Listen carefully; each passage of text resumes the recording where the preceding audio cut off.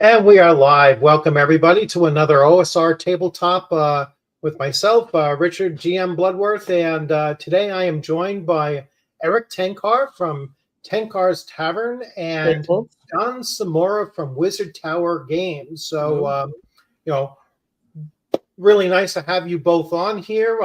I'm pretty sure it's the first time. I know it's the first time Don has been on my channel, but I think, Eric, I've been on yours before, but I don't think you've ever been on mine. No, this might be my first opportunity. Broadcasting around. So, so it's great to have you both here. We've had many interactions over the years and everything. I know in a comment that I made on Facebook, because people were talking about, hey, we're so excited to meet all of these people, at the Philadelphia Game Expo, and I was like, yeah, everybody but Eric, because I've already met Eric. I already know him. I tried to put that pause in there for, you can't do it in text, the same way. I was like, yeah. But everybody but Eric, I mean, there's at least one person that I'm sure we don't want to really cross paths with, but yeah.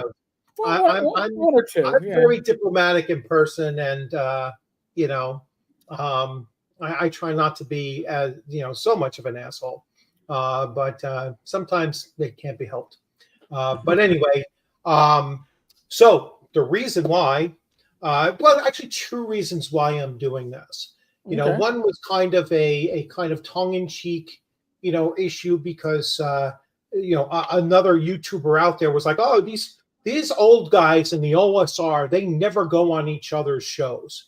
It's like they never support each other. They never. I'm like, what the hell are you talking about? Well, that makes no sense. And listen, honestly, the old guys in the OSR are often so busy bringing in guests that are creative, like Jeff Talanian. We're going to have him on Wednesday night. Last week we had Bill Barsh. That it's like, we're always trying to push the people, the creatives, the OSR in general. That sometimes we miss each other, but then again, each other has their own channels to worry about too. Right. Yeah. I was like, and I mentioned it to a lot of people. I was like, do you know, I like follow, like I'm subscribed to like 300 channels. It's like, I can't possibly keep up with everyone that is, putting out stuff, and it's great stuff, but it might take me 2 weeks to get to it, before I kind of trickle down through, and then somebody will come out with something else, and it's like, all right, well, let's see what his take is, and just trying to keep up with the things that we really kind of focus on or try to focus on. And that's going to be one of my questions, with the OSR. But as you both probably know, I'm going to have Joseph Block on tomorrow, and that was another one that I was like, hoping to line up with, because I'm a big Greyhawk fan, and and I'm a fan of his stuff too, and he has stuff currently in Kickstarter as well. So it's like there's so much going on in the OSR and in the independent gaming space that it's impossible to keep up with it all. But yeah, the idea that we don't meet up with each other and talk with each other and put each other on each other's shows and everything was just crazy. I was like, that's weird, so well, it follows a certain rhetoric. Go ahead, Don. I'm sorry. Yeah, I'm just saying it follows a certain rhetoric out there. Is what it does. Yeah. It's that pushing of a myth.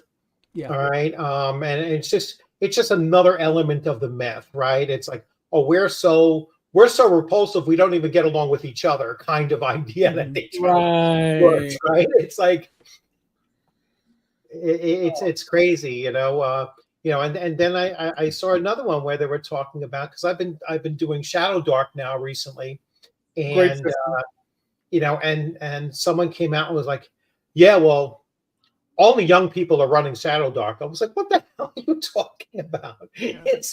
It's just further trying to push the OSR away from all the stuff that it's kind of collectively doing, and we'll get to it. Like your definition of the OSR, but I certainly want to let you guys have the opportunity to talk about your definition of the OSR, either, as well. I mean, No, So, that, and then you have a project coming up, and I certainly want to give you both an opportunity to talk about that. So that was the other reason why. I like okay. to try to hit the iron when it's hot, and the fact that you guys are currently working on something that I figured let's get that out there as well. So without further ado, I will let you both introduce yourself since I've been rambling. So we'll start with Eric on top. Go right ahead, Eric. Folks, if you don't know who I am, Hmm. and obviously there are some people who probably don't, you either love me or you hate me. I am Eric Tenkar. It says OSR bartender. I run the tavern, whether it's on YouTube or Tenkar's Tavern blog, the Discord server, Facebook group, MeWe group. And listen, I'm a big fan of the OSR. The OSR is what's kept me in gaming. And I think the OSR comes in a lot of different flavors. So it's a very large community. I don't think it's exclusionary, or I don't think it should be. But I'm just happy to. I know people like Rich and people like Don, and we all bring something different to this community. And I think that's really what makes things like tonight's show so special, because you got three different perspectives on one thing. And anybody who thinks that, well, the OSR is this, you're probably wrong. It's probably this. Yeah. So, Don, your ball. Well, I'm Don Smora. I'm the owner of Wizard Tower Games. We publish OSR product and also 5e product, I know, but we do both. As far as the OSR with me, I think Eric put it in perspective there. I think the OSR is not I don't think it can be pigeonholed like a lot of people try to do. It's not an age group. I know a lot of people who are in their 20s and 30s who love to play, 1E content, things like Beck Me, Holmes, that type of thing. So I think the thing that really, and this is something that I think the OSR gets a fault to that they shouldn't, and that is the OSR I think is far more welcoming than what people think. Mm-hmm. Richard, you talked earlier about people having everybody on their shows. The majority of shows I've been on have been people who run the run based off the OSR, like you and Eric and Tom Veralt and other people. So yeah, far more welcoming than people think, far more expansive than people think also. Yeah, and since you mentioned Tom, I'll mention Tom as well. Tom is a Star Frontiers guy, which is another misconception of the OSR, in that people think OSR is everything is a D&D derivative, and right. And that's a mistake as well.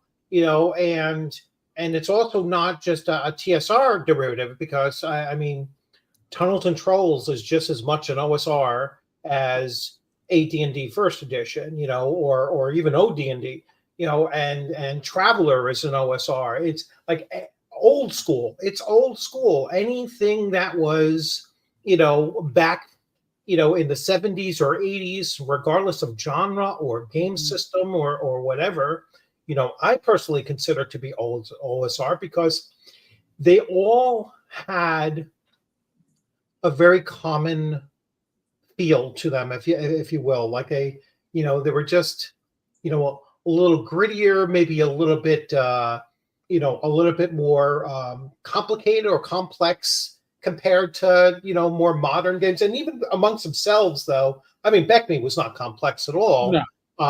But it was, it was still very much a game of its era, as far as its like tone and its, just its feel to it. You would certainly put it in that older school, category than a game that is just as simple, today. You'd still feel the difference between the two. So, so I think that it's much more expansive than people, give it credit for. And it's absolutely much more inclusive than people give it credit for as well. And it's, I think it's more so, in some circumstances, more of a jealousy that, these games, people have been playing some of these games for, 40 or 50 years. And the more modern games, they don't have that legacy behind them yet. I mean, maybe 40 years from now, people will still be running 5e, and then it will be feeling that same kind of ire, from that generation will be looking at it and saying, hey, you know what, this is too old school, and well, I think it's also it's a different way that people play games, and I think it's part of it is the way people socially do things now. Things like with phones and things. Everybody wants the newest thing, even though they got something perfectly well that works great.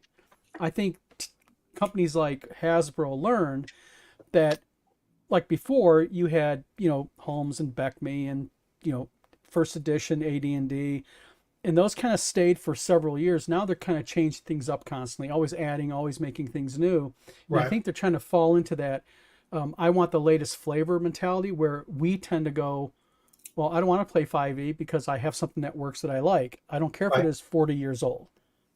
Yeah. So it's just a marketing thing also, I think a lot of. Yeah, it's a hope of, I think it's a hope of capturing the lightning again, and I mean, their own sales numbers show it. It's like once you've gotten the core 3 rule books, everything else is, supplemental, which Right. is really what it's designed to be. And they're trying to make supplement material as go-to as the core, and it just doesn't work that way. But they're also, if you notice the way they do the supplemental material, like instead of buying, as an example, a World of Greyhawk box set or a Forgotten Realms box set, and you got everything you need in there, now they don't put out content like that. They have a series of 10 or 15 books that cover one, one world setting, or they try to break it down by city and all this, and they try to micro market Yeah. D&D, and I don't think that, and I think you're right, the sales numbers show that doesn't work really well. Well, and then the other thing is too, for something that they have such disdain for, which is older gaming. Forgotten Realms was brought to us at the end of the 1E, 2E transition, which is the default setting for 5E. They brought back Ravenloft. They brought back Spelljammer, but not really. They shoved it into Forgotten Realms. Yeah. But they don't. All these things that they claim were, I don't know, verboten or you shouldn't be thinking about, they just I don't know, add modern sensibilities to it, and then Right. repackage it as here's something new. And to me, it shows that the current IP holders, the current creators that have the D&D trademark, lack the imagination, or at least lack the confidence in their creatives to come out with something new that will have the staying power of the Forgotten Realms, or even Greyhawk. They're bringing Greyhawk Absolutely. back. Yeah. Yeah, I think it's also,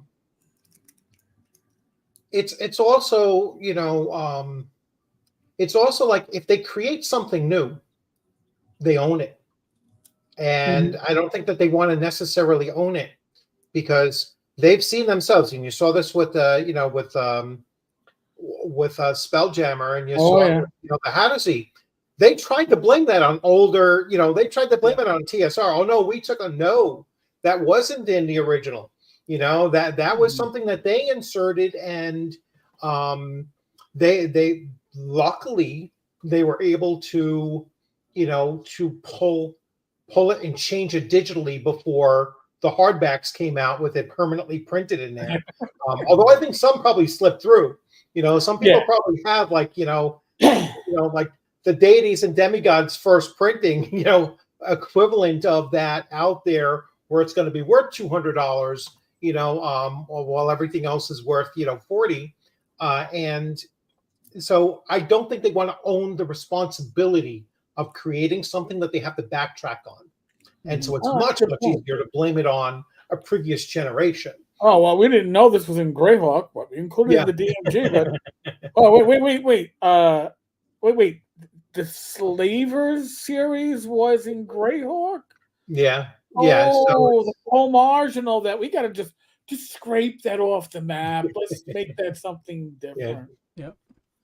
Yeah. So it's a, it's a thing that, again, the OSR gets blamed for it, and they'll be like, oh, you see, they were willing to accept this, or they were fully endorsed this. Meanwhile, it's something that they keep on overhyping as an issue. Like, I don't think when I played, I'm sure you both were probably the same.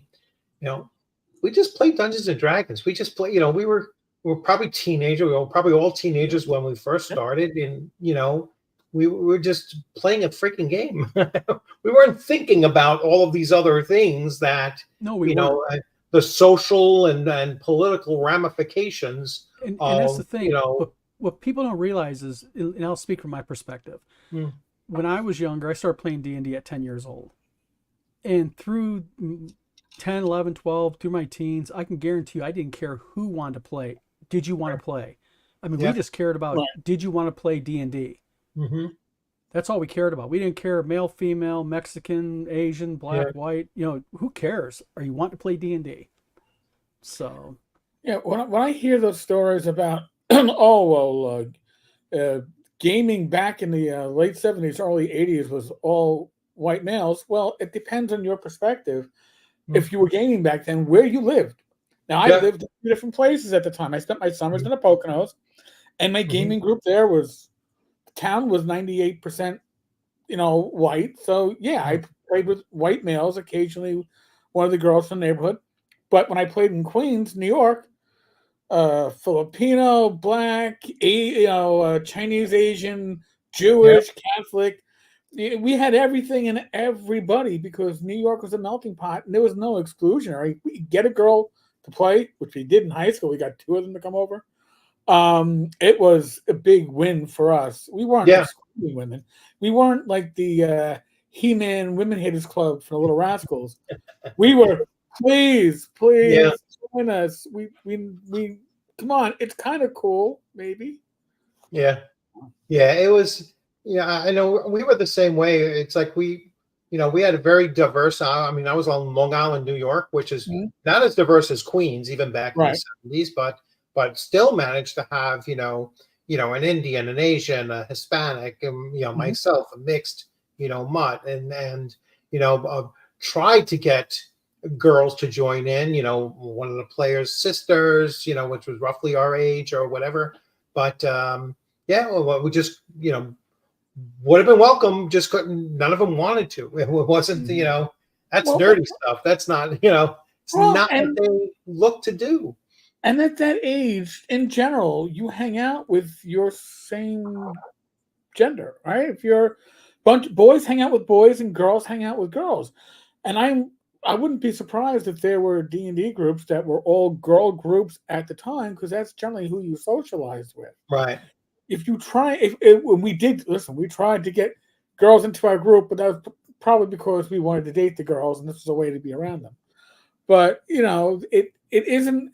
It's a bit different today. You do see, social groups that are more of a mixed gender group than you did back when we were kids. But even my niece, she hangs out with girls. She's not hanging out. She's 13. She's hanging out with other girls. If she had a D&D group, I'd expect it to be a bunch of girls, just because of who she's hanging out with. Well, I always tell people, if there's an argument that I have that can counter all of this, is anybody who says we're full of beans, I tell them, go to Google and do this very simple search term. Type in Dungeons and Dragons high school clubs in the 1980s, and then click on images. And it'll show all the class photos of the D&D clubs in high schools, and you will see how diverse D&D really was in the 80s, at least in high schools. There's girl groups, there's groups that are mostly girls, a couple of guys, girls that are mostly black, groups that are mostly black, mostly Asian. I mean, it's all over the map with people. And that's why I tell people all the time that if you want to go ahead and spew it, just Google it and look at the images. That kind of settles it right there. Yeah, that's a good. I've never heard that before. So I like that. That is a great idea to spread the news. So let's see. Let's get back to let's see where we were going to go. So let's see. So we kind of so when you both first started, I mean, what was your first game system that you got into? All right. For me, it was AD&D. I believe it was sixth grade. I was 12. It was during Christmas break. My friend Kenny ran me through a one-on-one session of AD&D through some dungeon he drew up. And I was killing skeletons, and it was amazing. And my father's name was Cyrus, after Cyrus Vance. I was a hell of a nerd, is all I'm going to say. I named him after the Secretary of State. Right. God knows why. And my mother and father for my birthday in July got me the Player's Handbook, the DMG, and a set of high quality dice. And that was it. I was done. Right. No coming back. All in. So. And Don? It was 1977, and my mom bought me a basic box set for Christmas, and she thought it was a coloring book set because I was really into art. Oh. Yep. And I opened it up, had no interest in it, let my buddy Lance borrow it because he wanted to borrow it, check it out. And like 2 days later at school, he was like, Don, I read this. This is a game. You can cast spells. You can fight monsters. And I was like, what?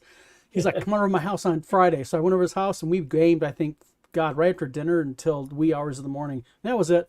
That was it. Game over for me. Yeah. And I played that box set probably for a year, and then got my Dungeon Master's Guide, the DMG, for Advanced D&D, and it just exponentially got worse from there. Yeah. So I began with originally I thought I began with the Holmes edition, and we might have only played that for like a month or so. It wasn't even mine. It was my friend. I actually just recently reached out to him and said, "Hey, this is going to be a weird question, but what was the edition of Dungeons and Dragons that you introduced us to?" And I haven't spoken to him in quite a while, So I mean, this is my best friend from 1978, And he was like,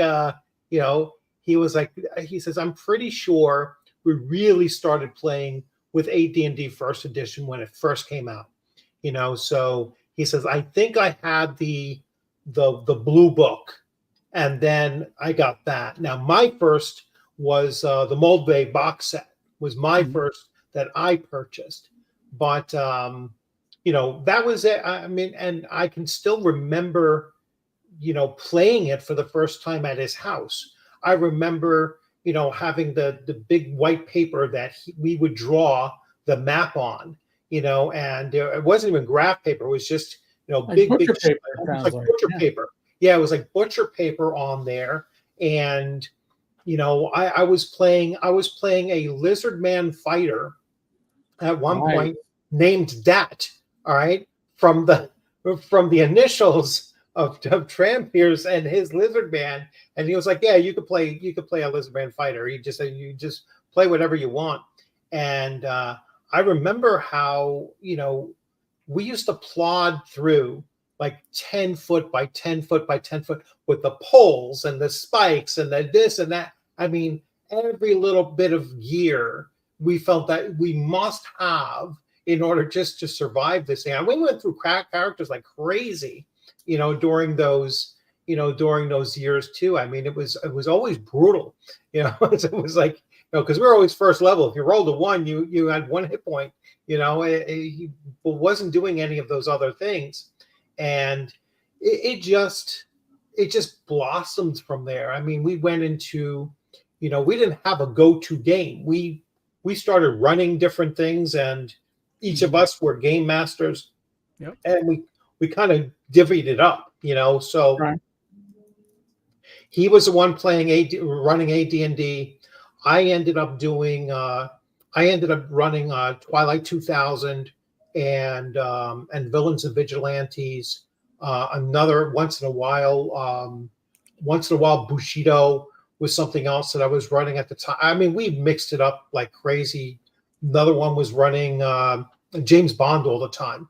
I mean, we went through almost every one of those movie boxes, during the whole time. So it was a time probably very much different than now, where I think people kind of play one game system and stick with it. And it was much, much more diverse in gameplay back then as well. Definitely. Now, now I'm going to throw a question out. We're all about the same age. We're all like mid-50s. When I was younger, when I was in my teens and my 20s, I could grab a game system, whether it was like Pace Setters, Time Master, and move over to Warhammer Fantasy Roleplay, grab the Star Trek game from FASA, grab Twilight 2000, Traveler, RuneQuest. I could switch back and forth. You gave me a game system. Bushido, I had trouble grokking, but generally speaking, if you gave me a game system, I'd learn it in a weekend, and we were running with it. And now in my 50s, I'm like, I want it to be something that I already kind of know. And like, if it's D20, all the OSR stuff is very familiar. I can even delve into, like, I guess, current Warhammer Fantasy Roleplay. I can probably delve into basic RPG because I ran Call of Cthulhu and RuneQuest. But I'm not. You give me Fate, and I look at Fate, and I go, "Yeah, I can't. I don't get it," because I seem to have already learned the systems that I can learn, and I can learn derivatives, but I can't learn an all new, semi-complicated system anymore. I don't know. What about you guys? Oh, with me, I'm cursed. I have to learn them because I publish. And you have to have an understanding of the new game systems out there, what's currently popular. But that is actually a very small portion of my gaming. My main gaming is D&D, which is AD&D 1E, or I play my own system that we're producing. So those are my two go-to systems that I play. But I see exactly what you're saying. I mean, so many new systems are out there. Some of them are really complicated. Some of them are extremely rules heavy. Some are really rules light. It's just a matter of, I think it's going to be it's a hunt and peck on what you're going to play. But I'm not. If I didn't have to learn them, I wouldn't want to learn them. To be honest with you, I just want to stick with D&D, my AD&D first edition, and also my own system. That's what I want to stick with, or GURPS, because I was big in GURPS when I was younger. Oh, okay. Yeah. I pretty much when I look at I like looking at game systems. Right. And the only game system that I couldn't wrap my head around was Rollmaster. I was like, just making up a character. I mean, I spent close to like 3 hours, and I was like, I still had like 200 points to spend. I don't care anymore. I do not care anymore.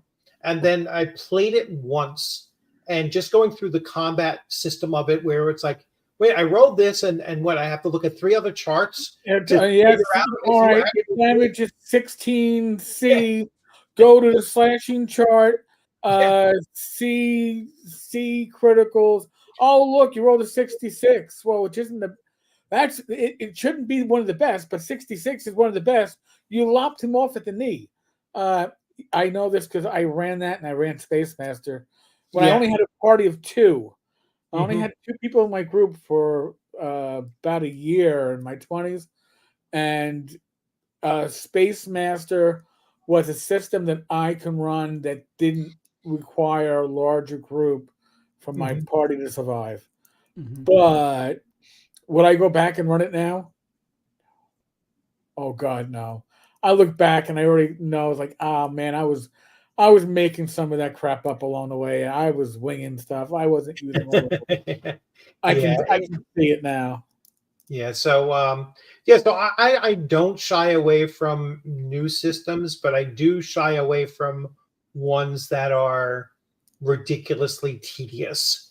And that's certainly like, I know when we used to, when people say, oh, look at the carrying capacity of Villains and Vigilantes. I absolutely love that. I love the whole calculation that you had to do, just to come up with a carrying capacity, because it was probably like a 7-step process to figuring out what you're carrying, and I loved it, and people will actually point to that. Some modern people will point to that and say, "Oh, well, that was a form of gatekeeping because you had to be like a mathematical genius." I was like, I wasn't a mathematical genius. Right. I just spent some time and read it. It's like, I think we were far more open to reading, back then, because we weren't tied to a screen all day. You know what I'm saying? It's like it was just a different time where we were much more, I don't want to say literate, but we're much more open to having to read a lot because that was the activity. That was your leisurely activity when I was a kid. Maybe just because I was a nerd, but I'd spend vacations reading Lord of the Rings. All 3 novels. Of Lord of the Rings during a 1-week vacation.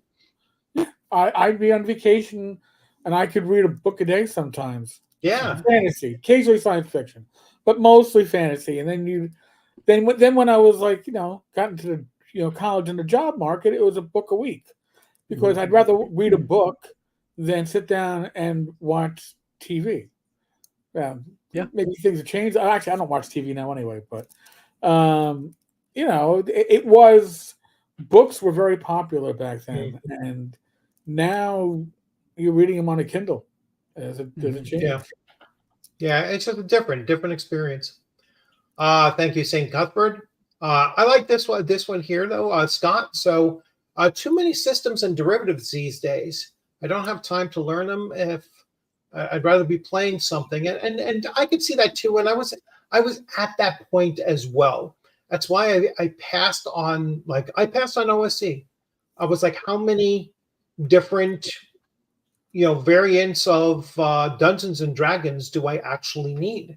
And I got to the point where it was like plus I bought everything that I was even semi interested in.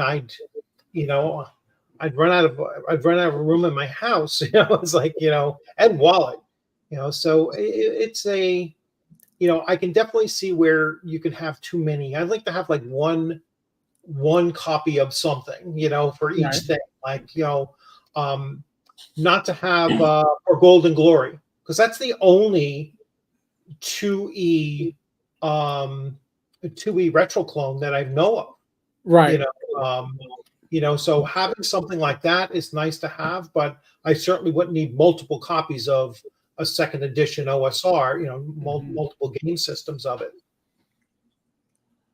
No, as you get older, especially if you live in the city or someplace, you got limited space. It becomes, and I know a lot of collectors in the hobby. I know the people that are bidding at the auctions, and it's like, oh, geez, I'd love to have a mint condition Deities and Demigods first print. That's I got a beat up copy that I was lucky to get down the line. But these people collect, like, I don't know, Japanese versions of basic modules. Yeah. The only thing that I can even say that I come close to collecting is Tunnels and Trolls, because there's a finite amount of Tunnels and Trolls material out there, and I can collect it, and I can get a fairly good collection. My best piece is Tunnels and Trolls second printing, or second edition, really. Ken St. Andre's personal play copy signed by Ken. Wow. And I thought that was something to brag about until I talked to Bill Meinhardt, who was like, "Oh yeah," and he flips through his catalog of what he has. I have Ken's first printing signed by Ken. Thank you, Bill. I don't want to hear anything else. Well, he's going to be at Philadelphia Game Expo, so you can get him to sign it again. You can take a picture with him signing it again. I've actually, I've communicated with our good Tunnels and Trolls creator, the Saint himself, for a number of years, and I've never actually got to meet him. So this is going to be fun. Yeah, he's a character. Let's see. So Yeah, we will get to the project in a minute. So yeah, he wants to know about your latest project, and actually it's Eric, Don, and Tom is Mhm. working on something. I'll definitely bring you in on that.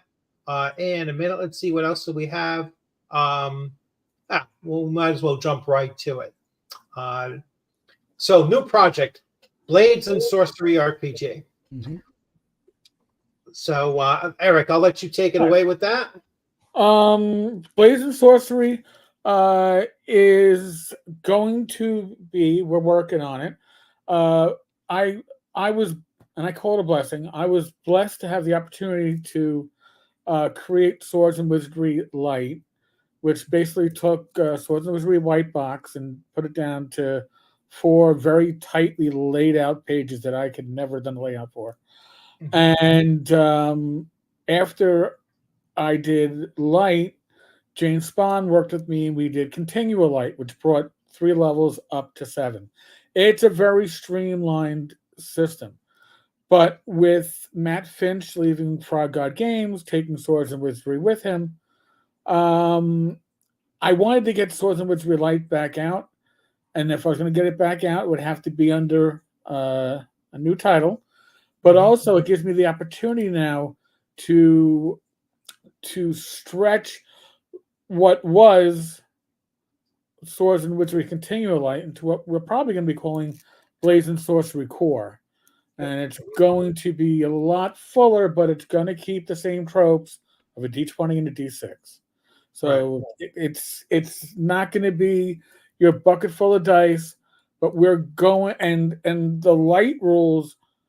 If you have Swords and Wizardry Light, they're relayed out. We have a very good editor working on them right now, which Don will tell you about, I'm sure.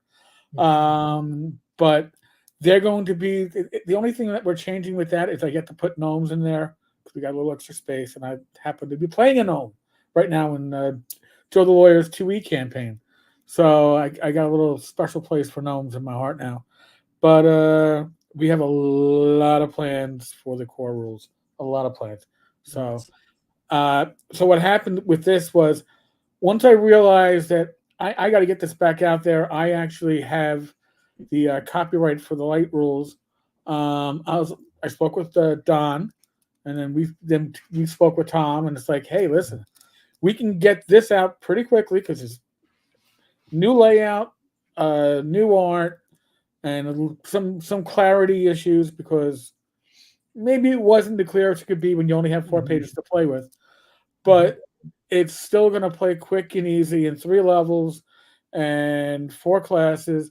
But once we get to core, we're going to be able to stretch our wings, stretch our toes, and do what I wasn't able to do prior. Because prior, I wasn't looking to compete with Swords and Wizardry. It was more taking those light rules and kind of giving them a stretch.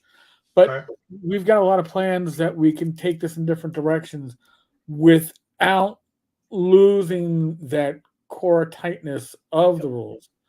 So, and Don and Tom are 2 good friends and people that I can entrust with my RPG baby, because it kind of feels like that. You become possessive of this stuff, and it's like, oh, all right, yeah. And it didn't feel like that when I was like talking with Don, and the clarity came to me. I'm literally. This sounds stupid. I'm slicing cheese for Rachel and I to snack on one night, and in the middle of slicing the cheese, I go running over to my computer. The computer I'm sitting at, and I'm typing to Don, and Rachel's like, "Are you okay?" Yeah. I got it. I got to do it right away. I don't want to forget. It makes sense right now, and if I wait on this, maybe it won't make sense, but it makes good sense. And we've been hot on it ever since. So it's exciting. It's an exciting time. So, Don, you got you're filling some blanks there. Well, first of all, I want to say that it is a honor for Eric to have asked me to help with this. I mean, the game is an awesome game. It was widely played. Had a lot of awesome feedback, and to be able to take it and to have a chance to get our hands onto it. My hands to be able to clarify the rules. We found some things that needed cleaned up, some clarifications, like Eric said, and then the editor on this will be somebody who definitely has some old school credentials, because this is going to be going to Tim Kask later on this week, and Nice. Tim Kask is going to be the one doing the editing on this game. And I reached out to Tim. I asked him. He was enthusiastic about it and agreed to do it. So, yeah. And then we're going to be doing Blades Sorcery Core. That's going to be basically a full line role playing game. So it's going to be keeping the 2 dice, like Eric said, but it's going to allow us to expand on classes, races, a lot of different things to make it more complete, for lack of a better term, large scale RPG. That then lets us from there, which we won't get too much into, but it allows us to launch into other things. That'll be so. I'll throw out one word: genres. That's Genres, exactly. Yes. Yeah, we'll leave it at that. But it should be a good fit for what we've been brainstorming. Yeah. And again, when I did Continual Light with James Bond, it had to be a certain length because, again, it couldn't be a direct competitor to Swords of Wizardry Complete or Core. And I don't think of it as a competitor because it's going to be using a streamlined version of the dice. The classes are going to be a bit more streamlined. There's going to be no percentiles even under charts. We're already working our way around that. But if I can address something real quick, Eric. Yeah. A question has been asked down here: will there be sneak preview of Blades and Sorcery? And I've also seen people go, will there be like a sneak peek release?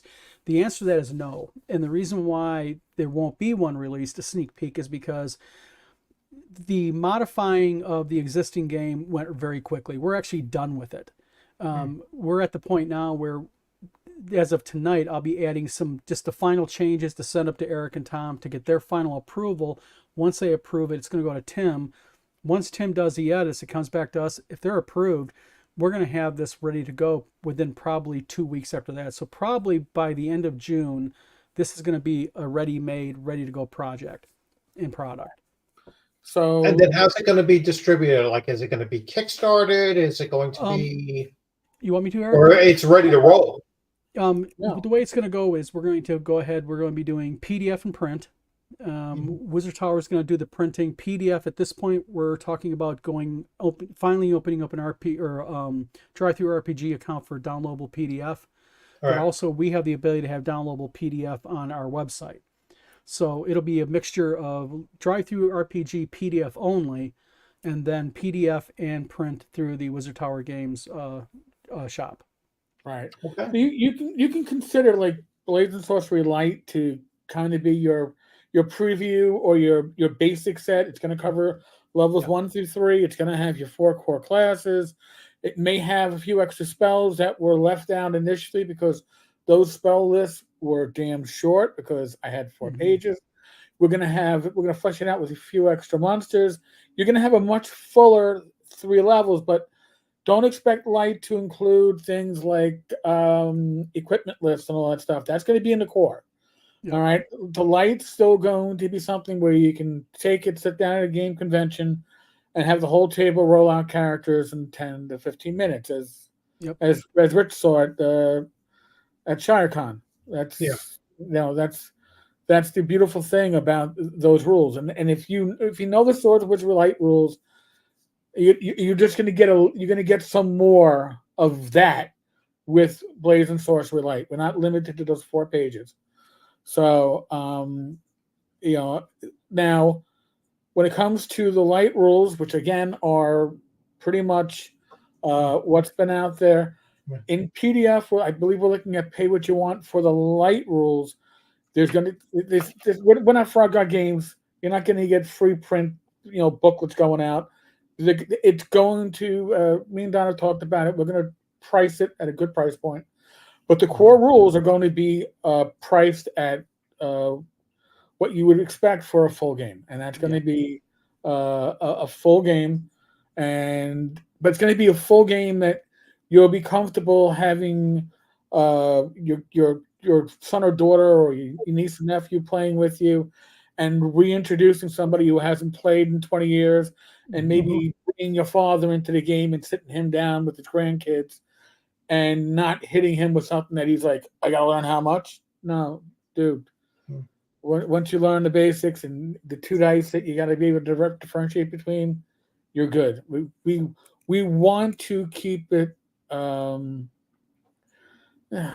think simple is too simple a word to use. Right. I don't think it's right, but we want to keep the intimidation factor down. And I think Swords and Wizardry Light and Continual Light were not intimidating games. They were games that you could grab and pick up and be able to run with, and we want to keep that factor going.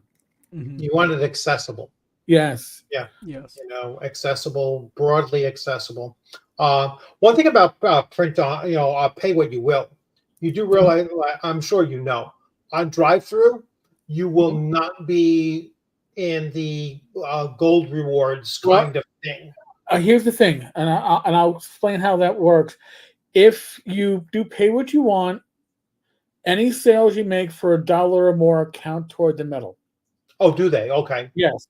But if it's less than, I'm not sure if it's less than $1 or less than 50 cents, it doesn't count. So it's 20 cents. Like if you put up something under 20 or under 25 cents, then it won't count towards that at all. So it will count if somebody if they pay toward it. So like Rob Conley with Black Marsh put that out for free, and he never got a medal count for it. And that thing is hugely popular. You can ask Rob how many downloads he's gotten. It's amazing. Yeah. But by the way, I don't think Don. I forgot to tell you this, Don. Rob owes me a setting for what would have been Continual Light. So Rob owes me a pocket setting. He brought it up. I didn't. Rob did. So you're going to have to call that debt then. Yes. So that's announced here first, folks. So Rob Conley's going to be doing a little. And also, real quick, there was a question asked a moment ago by T. Taylor asking us if we're going to have either base races or if we're going to eventually add sub races such as Wood Elf, Wild Elf. As far as the basic version that we're getting ready to put out, no. Right. The light rules, no. No. But as far as the core rules, that's not off the table. No. I can't say that we're actively planning at this moment, but definitely things like that, because we get more into the core rules. That's when Tom's brain, my brain, and Eric's brain is all going to start doing all this creative vomiting, and we're going to start mixing it together and seeing what kind of gels in the middle. So, I mean, one of the conceits of Blades and Sorcery, or what was Swords and Wizardry Light, Continual Light, is that there's no experience points. Depending on how you want to pace it, you either pace it by adventures, which generally take more than one session, or you do it by sessions. And 2 sessions, you level to level 2. 3 additional sessions, you're at level 3. When you get to the core rules, specialized classes like Rangers and Paladins, which were in Continual Light, and they were basically a sentence each, building up the base classes, we're going to flesh them out a little bit more. But if you're playing one of the subclasses or additional classes that we're looking at to build off of, they take an additional session at each level to level up. So they will tend to lag behind about a level from the core classes. So they get their extra abilities, and that's balanced off by slower progress, essentially. But I think it's a decent balance. It worked very well with Continual Light. But like I said, we'll have more space, so we'll be able to give you more details as to what what you're getting for your additional playtime to level up. So will you launch it with an online special game night on one of your channels? I think people would like to watch, like doing like a live play. Okay, like to this date we have not discussed that, but I'll be honest with you, that actually sounds pretty fun. Yeah. Yeah. All right. So and I'm not saying it's gonna be the actual launch date, but we could certainly grab you and Tom for a Friday evening with the random party generator, because these knuckleheads are the ones that I've already participated in online games with. We've done live plays, and by the way, Rich, I think you'd understand this. I swore for years I would never participate in a live play. I'd never run one. I'd never host one, because the people that I hang out with, they're fun guys, but they're a bunch of assholes, and you just figure you're going to burn the channel down, which is what we expected. And then we did that with Shadow Dark, and it was the most watched live stream that we ever had, and it didn't fall into complete chaos. And then we did a second Shadow Dark, and I think we've done a third at this point. So unlike nearly a decade ago when Roll20 reached out to me and wanted me, before I was even doing videos, to do a video, I was writing about my sessions, and they were all excited. I went, well, if I use Roll20 to run a session, I'm going to have to cut out about 80% of the audio, because it's BSing and probably politically incorrect bullshit amongst my friends. And I don't use anything besides Fog of War and a pointer. I don't even use tokens. Right. So they never responded to me after I said that. Yeah. Oh, well. But yeah, that's actually a very good idea. But I think if we're going to do that, we will probably wait for the core rules before we do that, because I think the core rules are going to be the much bigger launch. I'm very excited for what we got in store with that. Agreed. And as Scott said, they were great streams. Yeah, so I'll have to double check on those too. Like I said, they're following 300 different channels. Very easy. When I was commuting, I would commute and listen to podcasts and YouTube channels to and from work. And I'd look forward to it. And now that I'm retired, I watch YouTube on my big TV, but I gotta limit the gaming stuff, because Rach has a tolerance. Yeah. But it's limited to, like, are we going to listen to the Irish chick, or are we going to listen to, Don has a new video, or Tom? Okay. But, unless she knows the person, she's usually like, do we have to watch Glicker again? I'm like, I like Glicker. I have to enjoy his stuff. She's like, yeah, but he bores me. I was like, all right. You're lucky that your wife has any tolerance for it. My wife would not put up for it for a second. And my daughters are like mortified, and they're like, that is so nerdy. And my wife is like, my wife ages me when she gets upset, when I'm doing this. She'll be like, you're 70 years old and you're still playing games. So it's like, I'm 57. I'm nowhere near 70. I'm not quite there yet, damn it. So, but I mean, luckily they kind of leave me, they leave me to my own. This is my only vice. It's you can have much worse vices than this, I'm sure. Oh my God. That was it when I met my wife Rach, and I explained what I did as a hobby. And I was gaming on Saturday nights with Fantasy Grounds, and Saturdays are like date nights. I'd be like, I'm already gonna cancel the game. I'm not gonna show up for the game. She's like, no, take me home to the Bronx. I'm like, what? No, take me home. You've got this hobby. You should do it. I'm like, yeah. Are you real? Are you hello? Are you? Is this really happening? So she goes to all the cons with me. I've only gone to one on my own, and the fact that she's retired now makes it a lot easier. And she likes going to. She likes gaming. Nice.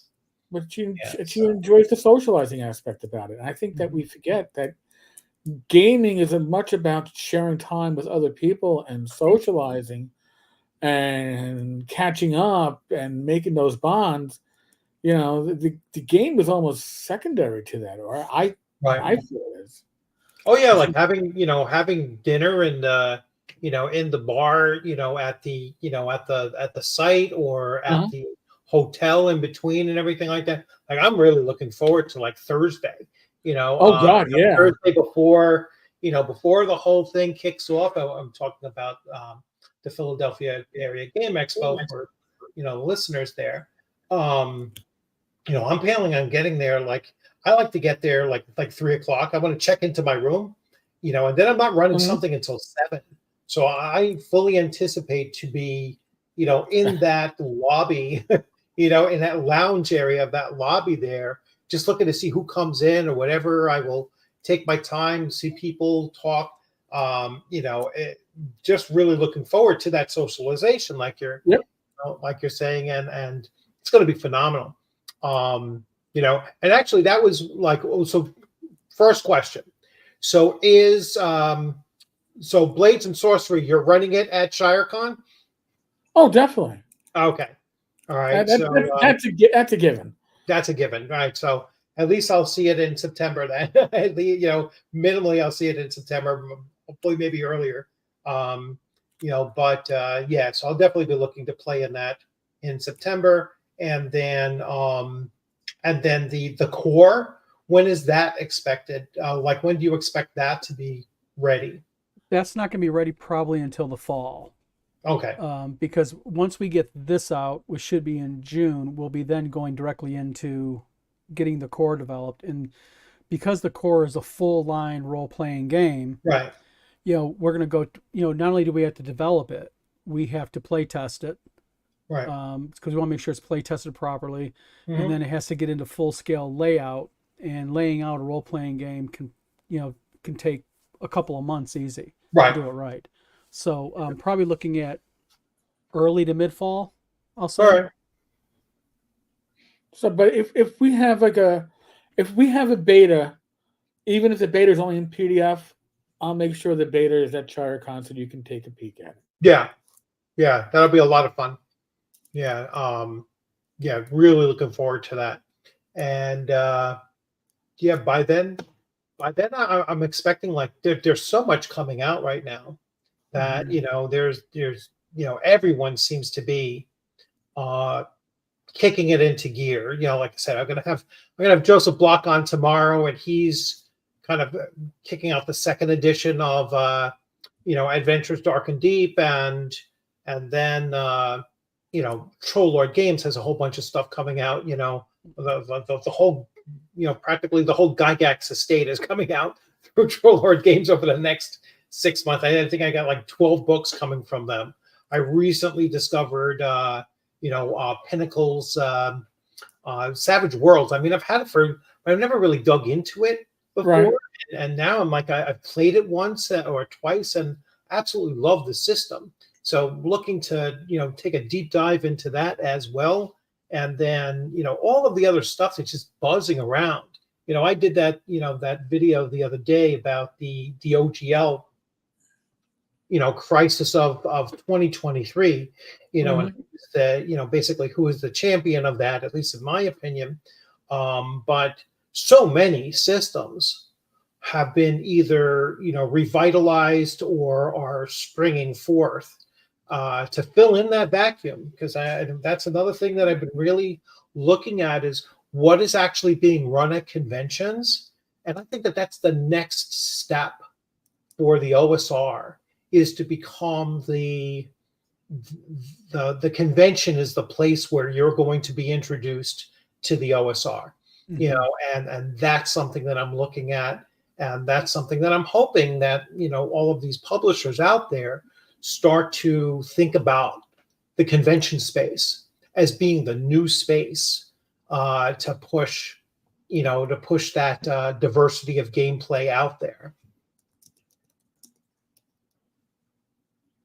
No, definitely. I mean, I've looked at what conventions have, like North Texas, and you get to see what games are what people are running and what's popular. Right. And it is awesome. I mean, North Texas, you expect to see a lot of OSR, but you get to see that, like, Shadow Dark is huge. Right. DCC seems to be retreating a little bit, but it's new flavors of like MCC and Weird Frontiers, which I've played both. I mean, they're great con games. Yes. I tried running DCC back when it released with my regular group of miscreants, and they enjoyed the adventures, but they didn't enjoy the system because it was too swingy.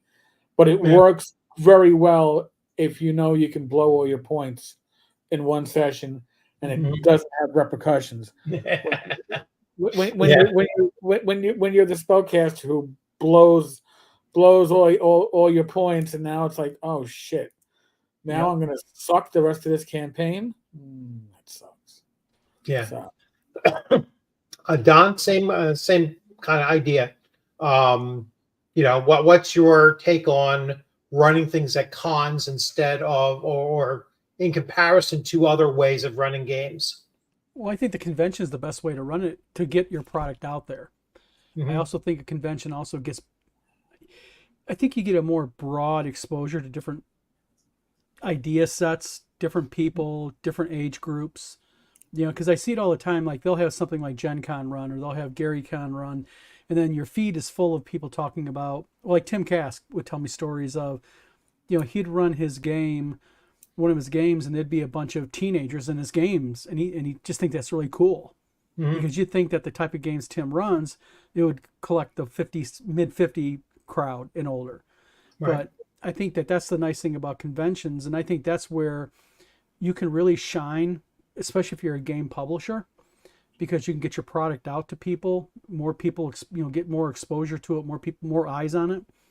So I think that's as far as if you want to get your game out there, that's the way to do it. Because how we play now is I have my own group. Eric has his group. You got your group. Mm-hmm. And we tend to be very tribal in the way we play. Mm-hmm. Sure, we're going to let new people in if new people show up interested in such. But I think just the game convention is just so unique because that's the time, even if a normal game, you just want to play a normal D&D game, first edition, right? You just got so many different people to pull from. Right. Well, your table winds up having its own culture, all right, its own defaults. Whereas I do most of my running of games these days at conventions, and for me it's great because it's a challenge because I don't know what my players are necessarily going to do. Right. I know what my group's going to do if I'm playing with them, right, or if I'm running. I generally know how I can get if I want to show the lawyer to do something. I know how to feed him a piece of information that he'll bite onto. But it's different with a convention. And, even you've learned this too, I'm sure, writing a session for an adventure to be run at a convention, you kind of have to be flexible in how you're designing it. It's I got to be able to, if things aren't moving as quickly as I think they should, cut out. I always have a section that can either be cut out or a section that can be added into. Yeah. Because it's time. You can't. You don't do that in your home campaign because continuity.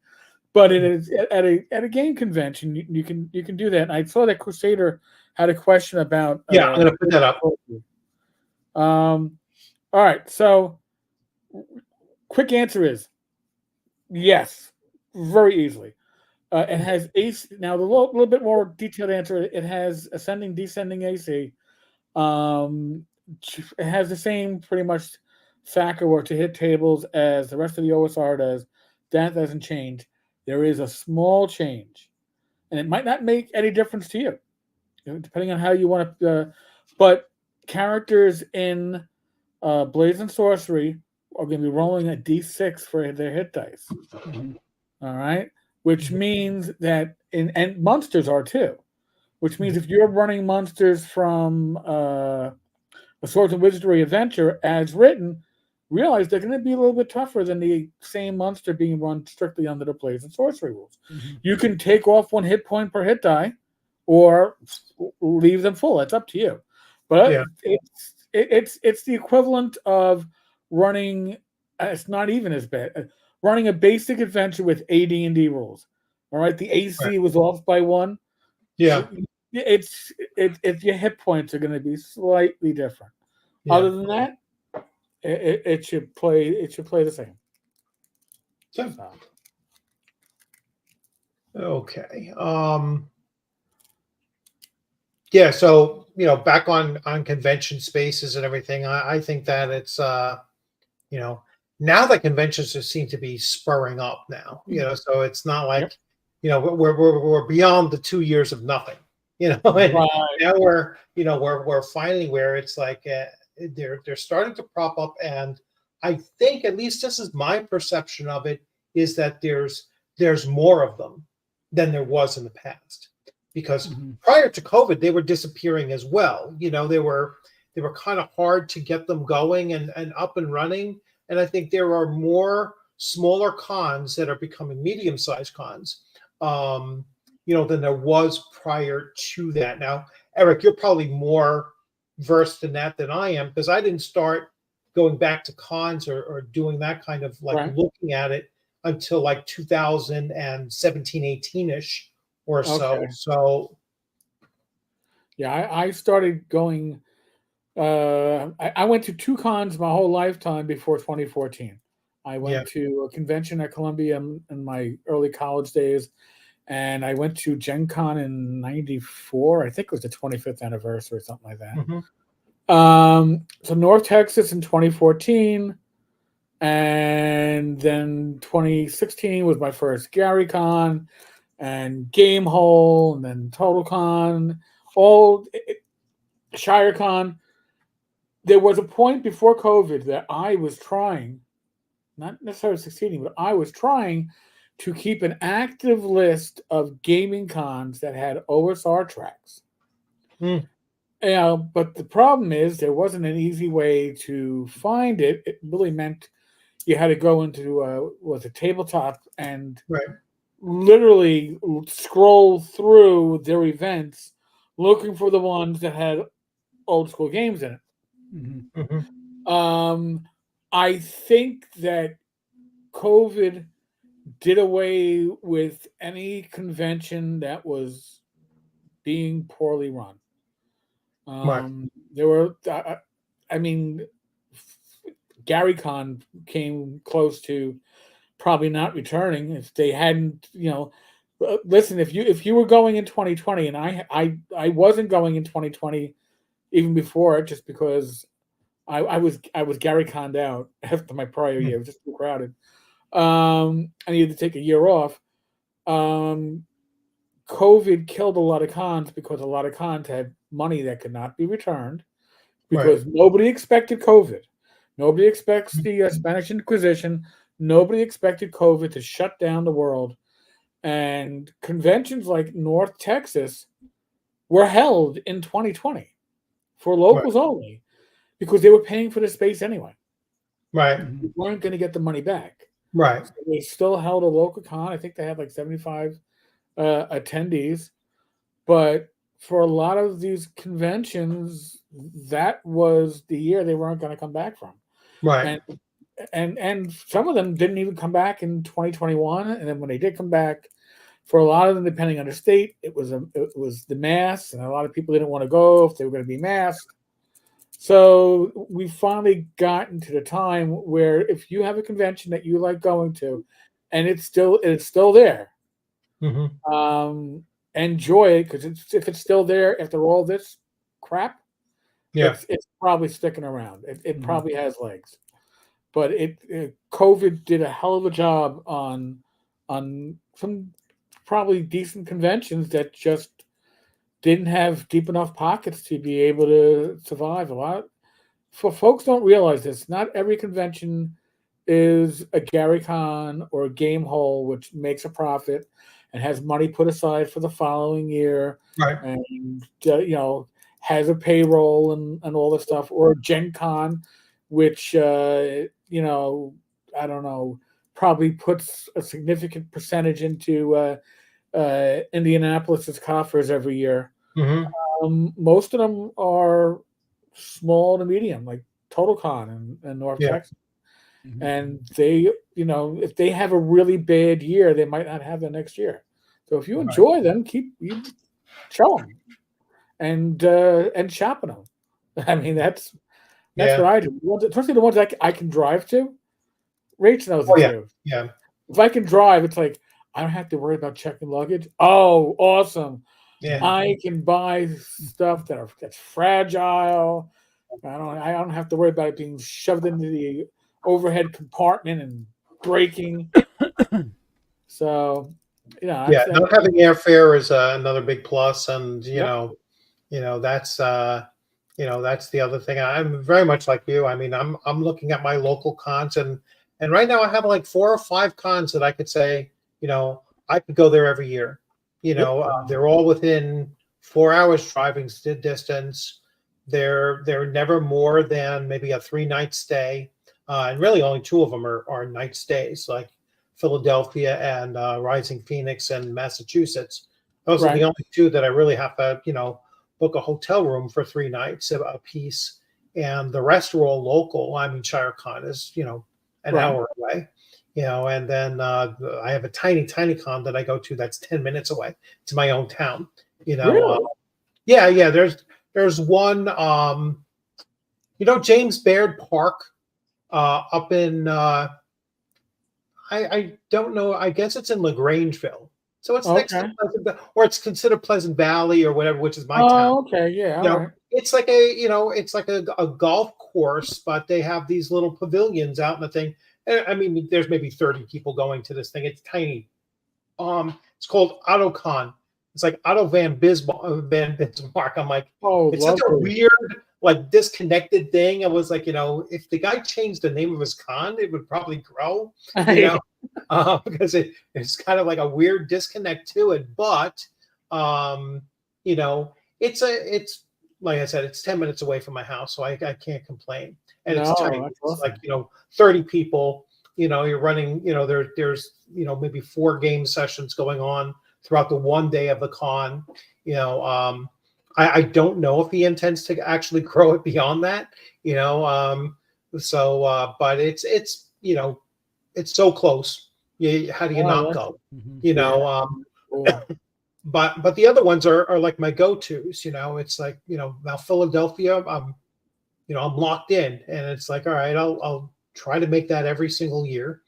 And just wish January is such an iffy month, Oh, weather-wise, yeah. Weather-wise, it's such an iffy month. Yeah, you never freaking know what you're going to face in January.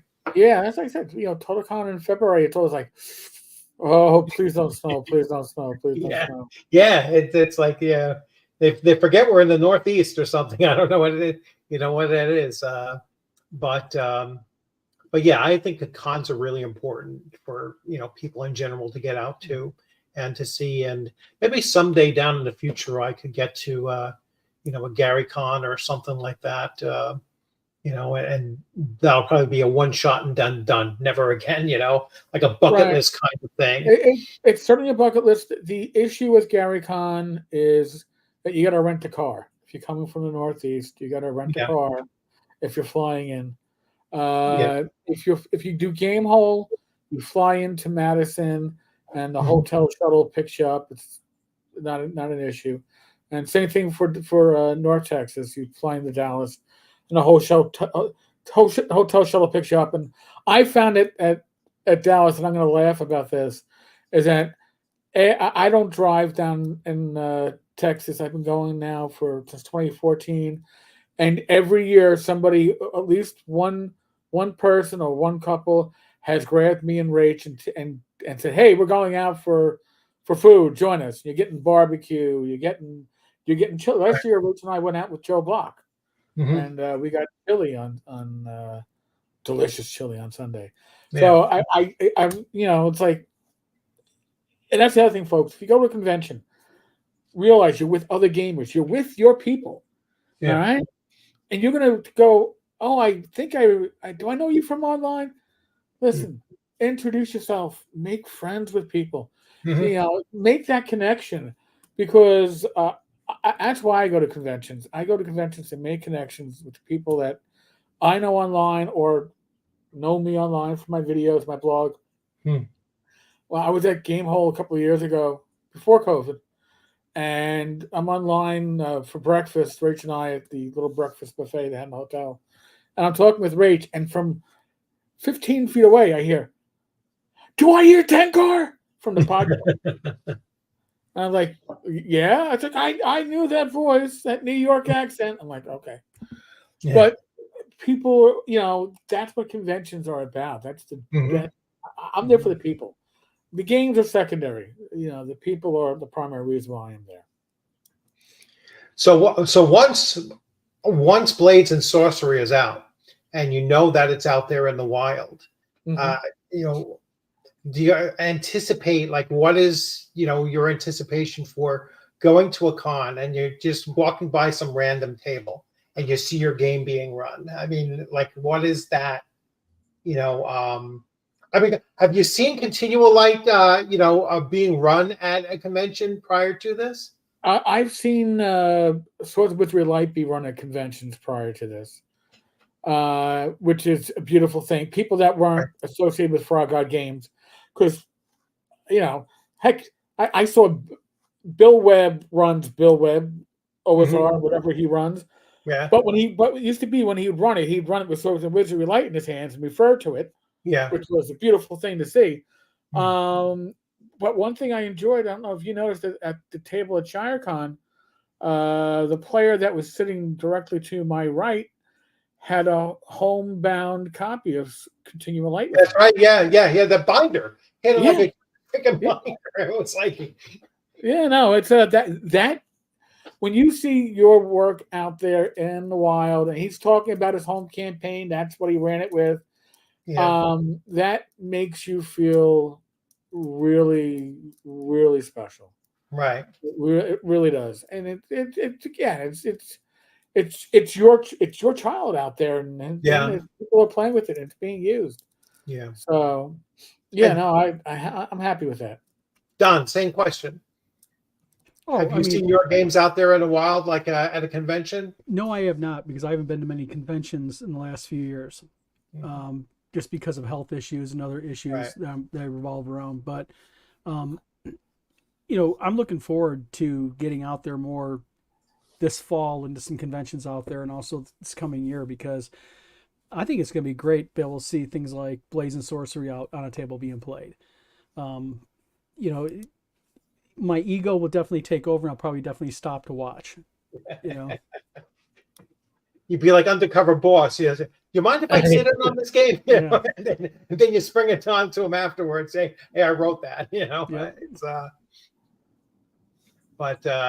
I mean, and plus you said you're in Michigan, right? So so Massachusetts is probably closer for you than well, maybe not actually, than Philadelphia. Well, you said Philadelphia is what, like a 6-hour drive for you? About a 9. Oh, 9. Yeah. So. Yeah, I don't consider that a one-day trip anymore. It's like it's a one-day drive. I mean, for us. But anyway, so I mean that'll be a lot of fun. I'll tell you one thing. I will certainly look to run it at a con. I'll probably run it at Rising Phoenix in 2025. That'll be in April. Yep. Well, the more people that run it, the better feedback they can give us, and the more feedback we get, the better, so we can make sure that expansions or whatnot can get better to what the public wants. Yeah. So. And I'm assuming that you'll have some kind of like a third-party licensing writing agreement with it. Well, there's going to be we have our own OGL, the Wizard Tower 1.5 going right now, so people can make and operate underneath the OGL the Wizard Tower OGL. So yeah, there'll be a means for people to create and to do their own stuff underneath it. All right, that'll be great. Yeah, because that's another big selling point. Oh yeah, is look at all the look at Shadow Dark. I just was focusing on it the other day, and there's so much third-party stuff coming out on that it's just amazing stuff. Like Tom Wilson is working on even more stuff for it, and others as well, and I think that's going to give that game system real legs, and for Blade and Sorcery to have that same kind of openness to have third party just print out for it. I know it's very cliche when they say, a rising tides, rise all ships, or however they say it, but that really does push a game system when other people can create for it. Yes. Because it just gets it out there. I mean, 5e understands that because they were really floated by the original OGL. I mean, they that really did drive it through and beyond what it would have been a lull sometime around 2017, 18 or so. I mean, they benefited from, COVID and all of that, but they really benefited from all of the third-party content that was helping them keep it afloat and keep it in the mind's eye. Kept the system alive. But Yes. now you do remember that initially there was no OGL for the 5.0 system. Right. But initially they gave you the basic set because they thought, this is what annoys me about the talking heads at WotC, they thought that people only want an SRD so they can play for free. They don't want to buy the rules. So we'll give them a basic set and that'll make them happy. And nobody cared about their basic rules. People wanted an SRD because they knew they wanted quality work from quality third-party publishers to enhance their game. And when they finally got the OGL out, that's when 5e took off. Right. That's when companies like Frog God and Kobold and the rest started putting out quality 5e material. Right. So when they tried to do away with the OGL, oh God. Yeah. Cutting off your nose to spite your face. It was just a bad choice. Yeah. So, all right. And let's get to any new comments. Captain Frank Falkenstein was fun. I missed that. Oh, I see what he's saying. That was a reference to Autocon. Yeah. All right. That was, yeah. Like I said, it's a very weird name for a con that's there's not even like a lot of wargaming or anything like that, and I have to get into the history. I have to ask the person what the history of that whole thing was. But let's see, what else were we going to wrap up? So upcoming conventions. I mean, we've been talking about conventions. So so Eric, what are your upcoming conventions? Well, my next big convention that I'll be showing up at is going to be North Texas RPG Con, which is in 3 weeks, 2.5 weeks, something like that. Early June. I've gone every year since 2014, except for the year of COVID. I'm a New Yorker, and Dallas is like my second home because of the convention. It really, everybody there is so awesome and so great. And I think I'm only, at the moment, I've only registered for one game. That is Glenn Hallstrom running Gangbusters. And I'm in one panel with the Stewarts. We're going to be talking about podcasts and YouTube channels. And other than that, I'm looking to do pickup gaming and hang out at the bar, walk around and socialize. Oh, and I do live streams every night, of course, because that's the kind of idiot I am. And the Thursday night live stream is going to be a whiskey tasting. It has been nice the last couple of years.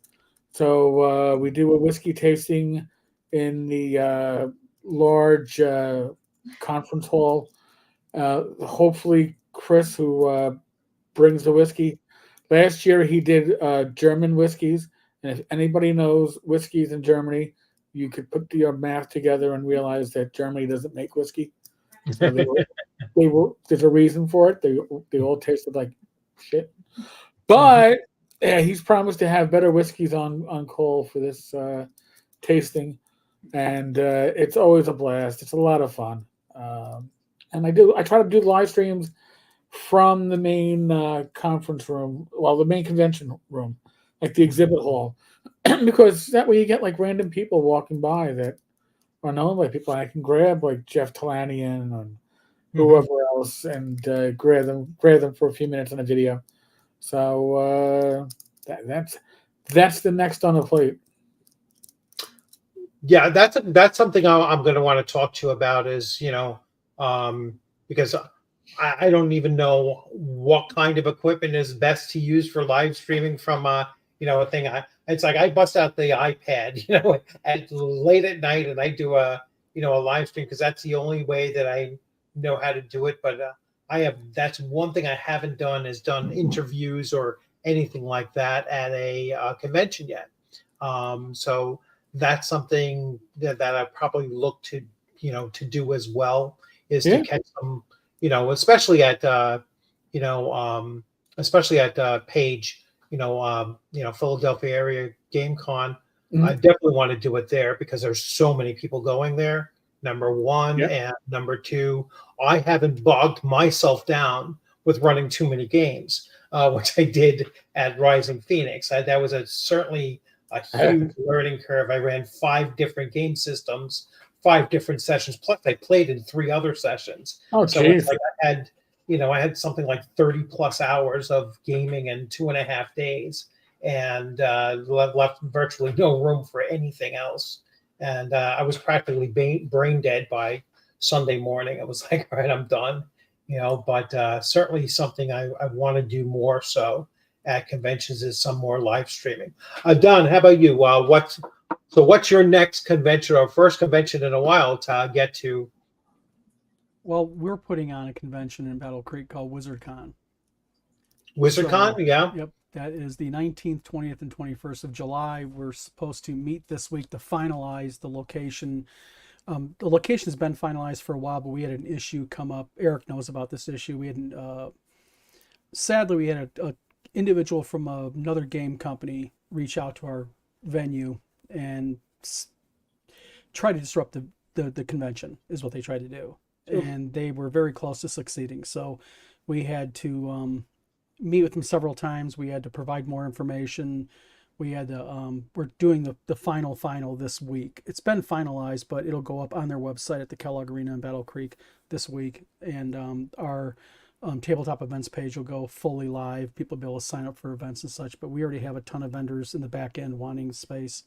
And we got, people like Tim Kask and Jim Wampler and Heidi Gygax and her husband are coming. We have, who don't we have coming? We got creator of Top Secret coming. Mm-hmm. Rasmussen. Yep, Rasmussen. He's going to be there. We've got Jeff D coming. Wow. So those are all going to be. It's going to be a blast.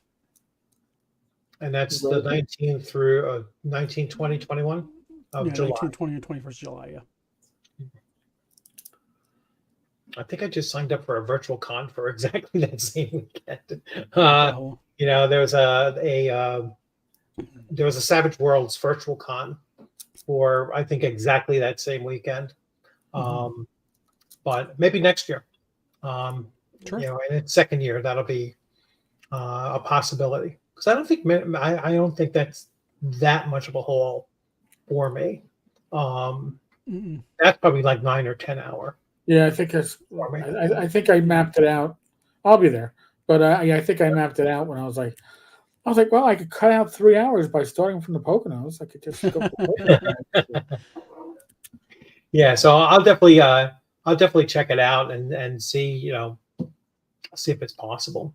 But the summer times, even though I'm retired too, but the summer times is sometimes I like to, I try to make up for being retired by working during the summer months in the city in Manhattan. So it's a really weird lull. I mean, it's right after Gen Con. It's that strange 3-week lull that not a lot of conventions are going on. That's why we grabbed it, just because it was just an opportune time to snag onto something before school starts and people have to juggle that and all of that. So St. Cuthbert wants to meet you at Con on the Cob. I've heard a lot of Con on the Cob, and it used to when I was doing Game Hall, it was always on the same weekend as Game Hall. Yeah, so because I was getting to go to Game Hall on the company dime for Frog God, so they gave Rich and I a hotel room and our badges, so you kind of couldn't say no. Right. Yeah, that's good. Yeah, but I could check into Con on the Cob. I will check into it. Or you can come to ShireCon in Connecticut, and I'll be there. And we'll all be there. Yeah, and I'll be at TotalCon next year, and Page. So but if you, I'm not guaranteeing Con on the Cob, but I have looked into it. It looks interesting, but I will see. Yeah. Yeah, even retired, your life isn't your own. Your family still calls you back. Yeah, it's like, there's only so there's only so many that you can go to, and there, like I said, there's so many that are propping up right now, Yep. sprouting up right now. That it's like, wow, I can't go to one every 2 months. It's Well, you could. It just might have yeah, repercussions. yeah. Okay, all right. All right, so let's summarize. So we have Blades and Sorcery, Blight coming Mhm. out, or the initial coming Yeah. out sometime soon, right? Yeah. In June, Possibly it'll by be in June. June. Possibly by June. So that's going to be just in time to actually start really digging into it, and and probably running it by well, certainly by ShireCon. We'll be ready Oh yeah. to test it out and you know kick the tires on it and see how it's going and everything. So that'll be a lot of fun. And then the full version or the expanded version of it, the core Yep. for it will be in the fall, which is still in time for Christmas and in time for Philadelphia Game Expo too. So might be able to see it there and run it there and everything. So I'll get you to sign my copy of it when we get there in Definitely. January.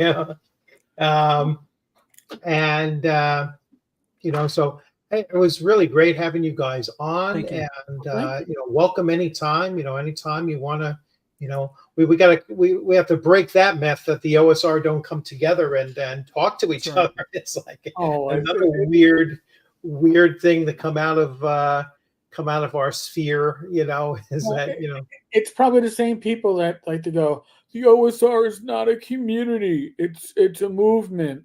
Yeah. It's like, okay, if you don't want to be part of the community that's in the OSR, you don't have to be. But we're Yeah. very happy to be in that community. Yeah, it's a I mean I get what they're saying because they think that if you don't call it a community, it can't be broken. Yes. Or infiltrated or whatever. The fact, and then you get the flip side where they say, if there's no head of it, then you can't infiltrate it. There's nothing to destroy. You can't destroy it. So it's like you get the two extremes on the opposite sides, and they both kind of come to the same conclusion that it's not something that you can very easily label because and it's fine that it has multiple different definitions. I've had people say, I was like, the only thing that's common is the old school part of it. What you do with the final R is where the real difference comes to. Well, wasn't the old saying is like I know porn when I see it. I know the OSR when I see it. Yeah, exactly. I know it. I know it when I see it, and I know what isn't it. And I'm not going to get into the arguments of a DCC RPG is an OSR. Okay. I look at it and I see OSR. You don't see it. You see it differently. That's fine. That's how it is. So so North Texas is on the bucket list. Yeah. It could be, if someday in the future I end up in Florida or whatever, in my true retirement, then North Texas is probably real close then. So that's probably not a problem.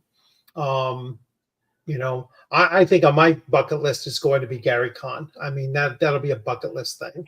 I'll do it once in my lifetime and then never again. Okay, so we are wrong. So I will go back to here. So, once again, thank you, Eric and Dawn, for coming on, and it was a pleasure having you here. And I will keep up and touch bases with you as Blades and Sorcery continues. Its process. I definitely will. Love to have both you on and Tom, if Tom wants to join in as well, and we can talk about that and see how it's going once it gets through its play testing and its release there. And And we will finish off with this last comment. And thank you, St. Cuthbert, and others who have popped in during the time. And, thanks for joining. And looking forward to seeing all of you. Eventually, Don will like to meet you in person. So hopefully we'll run across a convention. One day. Both at, and that'll be great. Maybe it will be at your con. Probably not this year, but I will certainly plan for it the following year. And Eric, I will be seeing you in September at least.